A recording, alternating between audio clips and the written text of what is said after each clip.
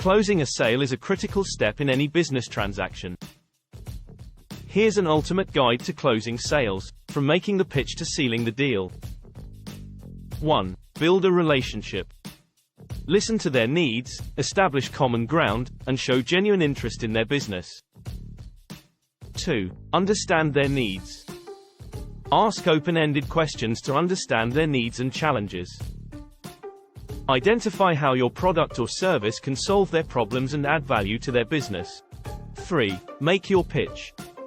Present your product or service in a way that resonates with your potential customer. Highlight the benefits, features, and unique selling points that set you apart from your competitors. 4. Address objections. Be prepared to address any objections or concerns that your potential customer may have. Listen actively and respond with empathy and clarity. 5. Offer solutions.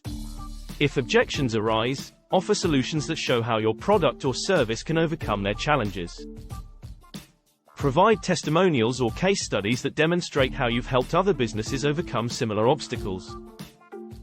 6. Ask for the sale.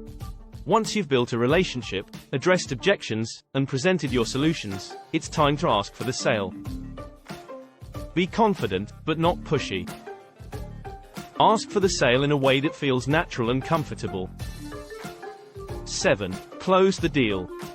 If your potential customer agrees to buy your product or service, it's time to close the deal.